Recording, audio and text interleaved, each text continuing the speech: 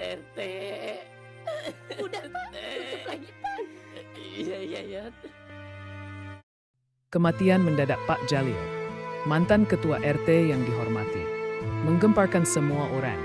Tidak hanya karena kepergiannya yang tiba-tiba, tapi juga karena keanehan yang mulai merayapi kampung. Hembusan bisik-bisik, pandangan waspada antar tetangga, dan hawa mencekam yang tak terlihat, namun terasa menusuk. 3 sahabat lama, Kona, Dhot, dan Peot, merasa ada yang tidak beres. Mereka bertemu dengan Bang Topan, anak angkat Pak Jalil yang baru saja diangkat menjadi RT, di sebuah warung kopi remang. Di tengah kepulan asap dan suara sember radio tua, Bang Topan membuka rahasia. Menurut pemilik kontrakan, Pak Jalil meninggal karena masuk angin berat. Tapi ada yang janggal. Bang Topan bahkan baru tahu bahwa Pak Jalil tinggal di kontrakan itu. Selama ini, ia percaya bahwa Pak Jalil hanya sesekali berkunjung. Seperti yang dikatakan oleh Dewi, perempuan yang mengaku keponakan Pak Jalil sekaligus istrinya sendiri. Kecurigaan mulai menebal. Apalagi setelah terungkap bahwa Dewi pernah meminta Pak Jalil mencari kontrakan atas namanya sendiri, agar ia dan Bang Topan bisa lebih leluasa tanpa desas-desus warga. Merasa ada sesuatu yang lebih besar tersembunyi, ketiga sahabat membangkitkan kembali geng 4G. Iseng yang dulu mereka bentuk semasa muda. Mereka tidak sendirian. Bang Topan, yang mulai merasa dikhianati, bergabung. Begitu juga Pak Rungkad, sahabat karib mendiang Pak Jalil. Mereka memulai penyelidikan. Malam ketiga setelah pemakaman, mereka menyusup ke tempat Pak Jalil ngontrak dulu. Mengobrol dengan tetangga kontrakan, hingga membongkar data penyewa. Di tengah penyelidikan itulah fakta mengerikan terungkap-terungkap. Sebelum lanjut mohon subscribe channel ini dan tonton sampai akhir supaya tidak ada kesalahpahaman yang terjadi. Dan berikan komentar terbaik kalian teman-teman.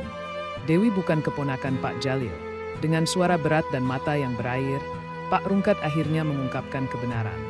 Dewi sebenarnya adalah Nona Elin, anak dari keluarga mafia besar yang menghilang bertahun-tahun lalu. Untuk mengubur masa lalunya, ia menjalani operasi wajah, berganti nama, dan masuk ke kehidupan warga kampung yang polos. Namun tujuannya belum jelas. Pak Jalil mengetahui siapa Dewi sebenarnya. Sebelum meninggal, ia sempat berbisik kepada Pak Rungkad. Ada kegelapan di balik semua ini. Jika aku tiada, semakin dalam mereka menyelidiki, semakin banyak kepingan aneh berserakan. Aliran uang keuangan kontrakan yang tidak jelas, tamu-tamu asing yang mengunjungi Dewi secara diam-diam, hingga perubahan sikap Pak Jalil di hari-hari terakhirnya. Satu pertanyaan kini mencekik napas mereka. Dan apakah Dewi, Nona Elin, terlibat? 4G, Bang Topan, dan Pak Rungkad mendapati diri mereka berhadapan dengan bayangan gelap-gelap.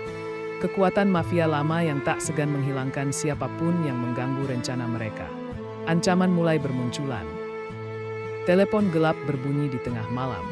Para saksi satu persatu menghilang. Kini, yang mereka perderekan bukan hanya kebenaran, tetapi juga nyawa. Dan di atas semua itu, satu misteri masih membayangi. Apa yang sebenarnya diinginkan Nona Elin dari Bang Topan? Apakah cinta tulus? Atau alat untuk merebut sesuatu yang jauh lebih berbahaya? Malam itu, 4G dan Pak Rungkad berkumpul di rumah Kona, tempat yang mereka anggap paling aman. Pintu dikunci berlapis, tirai jendela ditutup rapat, dan lampu sengaja diredupkan. Di atas meja, tersebar catatan kecil. Foto-foto buram hasil jepretan diam-diam. Kita harus tahu apa yang sebenarnya diincar Elin, kata Peot. Berbisik seakan takut dinding bisa mendengar. Bang Topan memandang ke arah foto Dewi, atau Nona Elin, dengan mata yang merah. Amarah dan kekecewaan yang bergumul menjadi satu. Tiba-tiba, Dhot menunjuk salah satu foto, sebuah bangunan tua di pinggiran kampung. Dulunya gudang logistik zaman kolonial yang kini terbengkalai. Aku dengar, beberapa malam sebelum Pak Jalil meninggal, ada mobil asing parkir dekat situ, ujar Dhot. Dan, Dewi pernah mengajak Bang Topan jalan-jalan ke sana, kan? Bang Topan mengangguk, perlahan mengingat. Hari itu, Dewi memaksanya lewat jalan memutar, tepat di depan gudang tua itu. Seketika, rencana dibentuk. Malam itu juga mereka akan menyelidiki gudang tua tersebut. Dalam gelap malam yang hanya diterangi lampu senter kecil, Mereka mendekati gudang, dan setiap langkah di lantai kayu tua terdengar seperti jeritan. Di dalam gudang, kecil yang hampir tersembunyi oleh rumputan liar, terkunci. Kona, dengan cekatan, menggunakan kawat untuk membongkar kunci usang itu.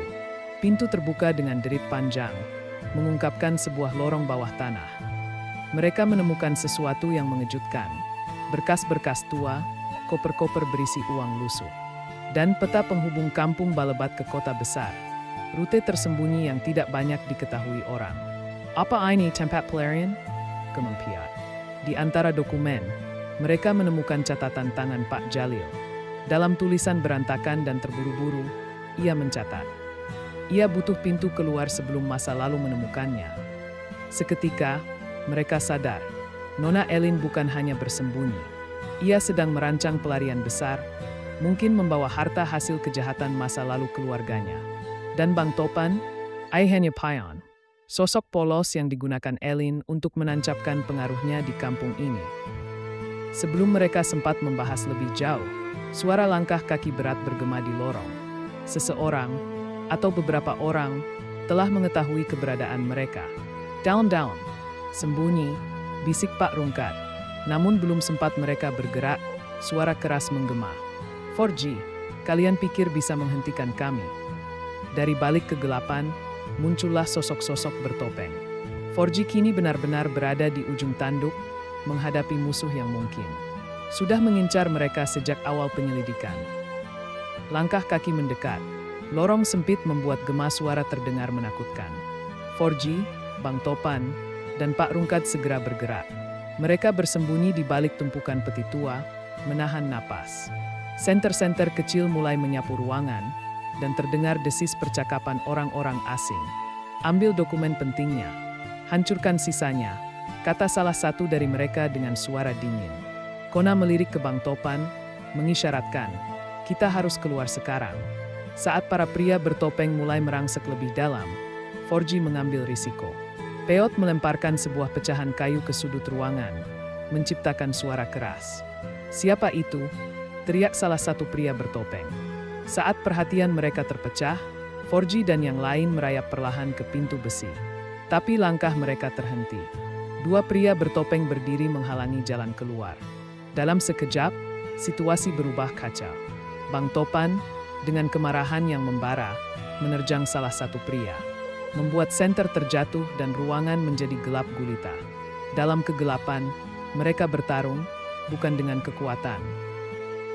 Kona dan Dhot berusaha menyeret koper-koper berat ke arah pintu, sambil sesekali menghindari pukulan. Peot, yang paling kecil tubuhnya, berhasil menyusup keluar lebih dulu untuk mencari pertolongan. Pak Rungkat, meski usianya tua, tak gentar. Ia menggunakan potongan pipa berkarat untuk menahan laju musuh. Akhirnya, dengan tenaga terkuras, mereka berhasil kabur dari gudang, membawa sebuah koper kecil dan sebagian dokumen penting. Di luar, Peot sudah menunggu dengan motor tuanya. Mereka melarikan diri menembus malam. Meninggalkan gudang tua yang kini mulai terbakar, para pria bertopeng berusaha menghilangkan jejak. Mereka berkumpul di sebuah rumah kosong di pinggiran kampung. Tempat yang dulu digunakan 4G untuk bermain masa kecil. Koper itu dibuka. Isinya bukan hanya uang. Di dasar koper, tersembunyi sebuah flash disk kecil berisi dokumen digital, foto, surat, rekaman percakapan. Dari data yang mereka buka, semuanya menjadi jelas. Nona Elin adalah penerus jaringan mafia lama. Selama ini, ia mencoba mencuci bersih identitasnya melalui koneksi politik, bisnis, bahkan lewat warga kecil seperti Bang Topan.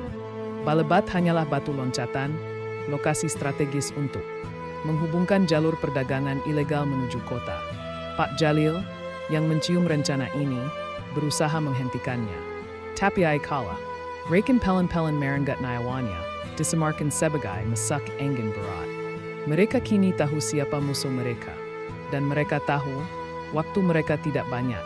Saat subuh menjelang, sebuah pesan singkat masuk ke ponsel Bang Topan.